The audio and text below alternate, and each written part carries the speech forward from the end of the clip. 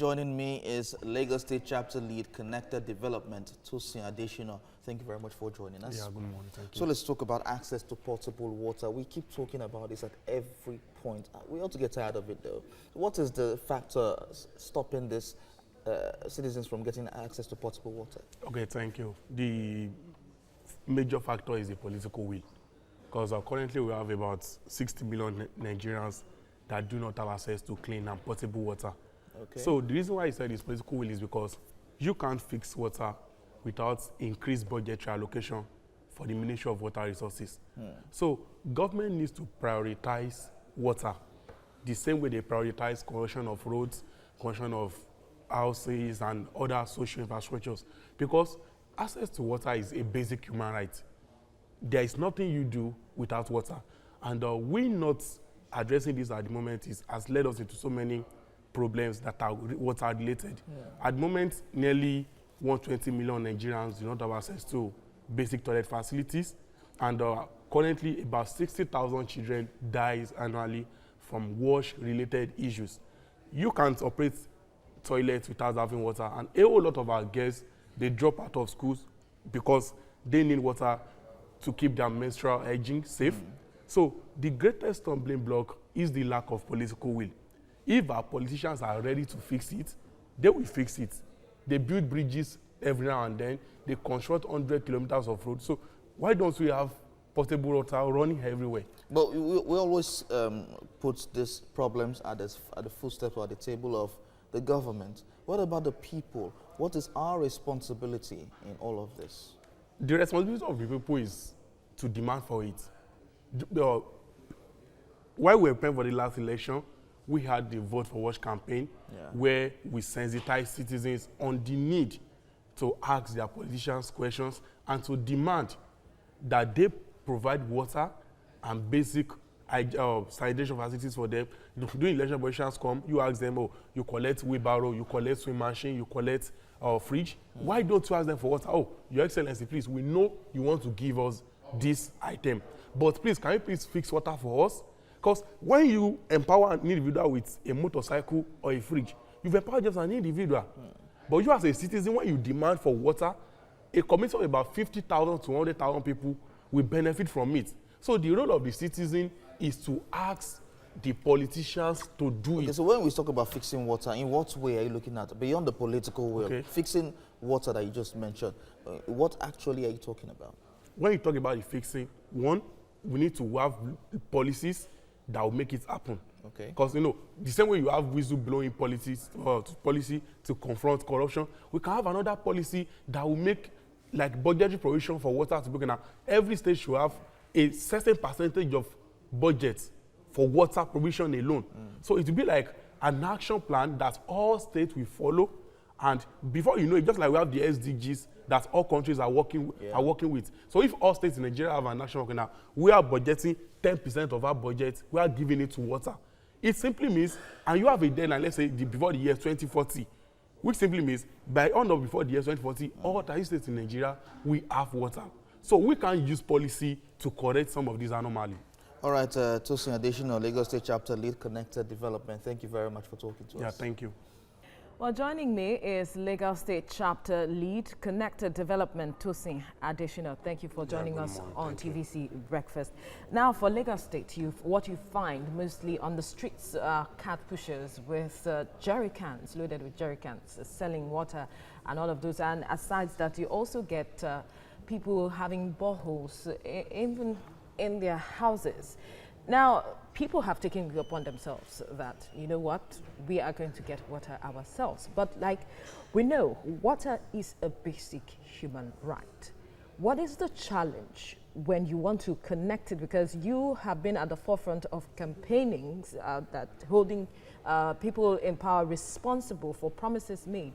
What do you see as the challenge when it comes to having access to potable water, especially in Lagos, surrounded with the natural... With water? Yes. Okay. The major challenge in Lagos is that the state has actually not done enough to harness the potentials they have. You have water around you.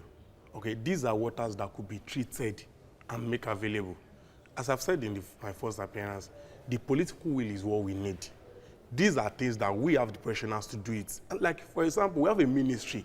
If you have a whole ministry for water resources and water is not available, then let's close down the ministry. Really? Yes. So if the ministry cannot produce results, let's close it down. Let me give you an example. Have you had any, engagement with the ministry with regards to this? We've had agreement with Lagos State government, and we ran a campaign in our early this year at Irayoke community.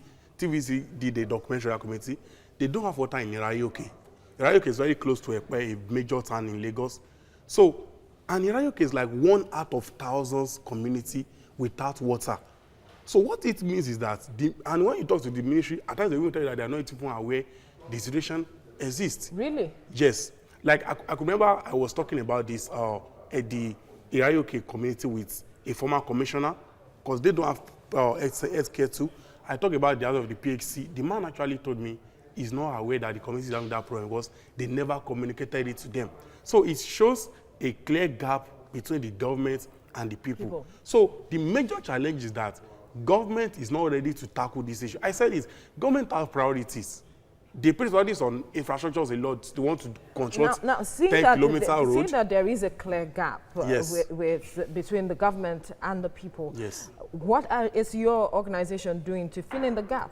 Now that, have you gone back to say, okay, now that we have told you, what have you done? And can the government even do it alone? The way it is structured, government will have to do a lot. A lot because private investors cannot just go to communities and start laying underground pipes. These are financially intensive projects to do. You need government to do it, that's one. Two, the laws Nigeria is a country governed by laws and policies. Absolutely. Some policies actually limit development at some level. They will tell you, oh, you cannot do this unless government gives you an approval. Some of these approvals actually take years. Some that should take like just 2 days. The bureaucracy, it takes a long time. So what we are doing to bridge this gap is that, first of all, we are orientating the citizens about the importance of talking to their leaders to get some of these things provided. You know what? Those some of these rural areas, they appear rural, but they actually have more connections to politicians than the urban centers. Why? They always come out for votes. When you study election results, you see that Ikeja might just give you a few votes, but some communities with just about 10,000 people, they'll produce like about 7,000 votes. Okay. So it is very easy for them to come out. So what we've done is that we've orientated them on the need to ask questions and demand for water as a basic human right. All right, we have to leave it at this point. Tosin Additional, thank you for your time on TVC Breakfast. Joining me is Lagos State Chapter Lead, Connected Development, Tosin Additional. Thank you very much for joining us. Yeah, thank you. All right, so access to potable water. It seems like something that cannot be achieved in the immediate. Is that possible? It can. It can. What we need to do is that we need to have a timeline of development. Now, development cannot actually take place within a second. Okay. When we have a timeline for it, we can achieve it. Now we have what we call the SDG goals, which are meant to be achieved on or before the year 2030. We once had the Vision 2020 in Nigeria. Now, can we have set a timeline for water? Okay, now, on or before the year 2035, the whole 30 states in Nigeria, we have at least 60% of their citizens having access to basic potable water. In this case, yes, are you looking at achievement of state governors so far? Yes. Are they getting towards ensuring affordable, potable water for all? No, not really. Not really. The gap is getting wider. Like I read a report by Premium Times which quoted that Nigerians had more access to water in 1980s than 2000s. So it simply means the gap is getting wide. At the moment, we have more than 60 million Nigerians that do not have access to basic water supply, and we have more than 160 million Nigerians that do not have access to basic wash facilities. In fact, you go to some hospitals, you get to the toilet, you won't see water. You go to some markets, you won't see water. But you know a good day if you're thirsty, you're able to just park by the roadside and just open a public tap.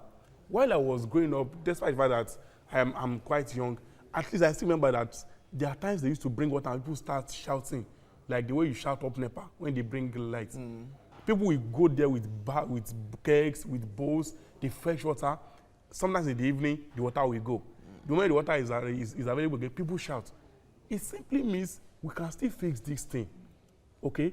But at the moment that we are actually not seeing the comment, what are the things government are commissioning? Governors will commission borehole. No, they should not be commissioning borehole. They should commission a central water supply system that can produce as much as 7 million to 10 million gallons of water per day.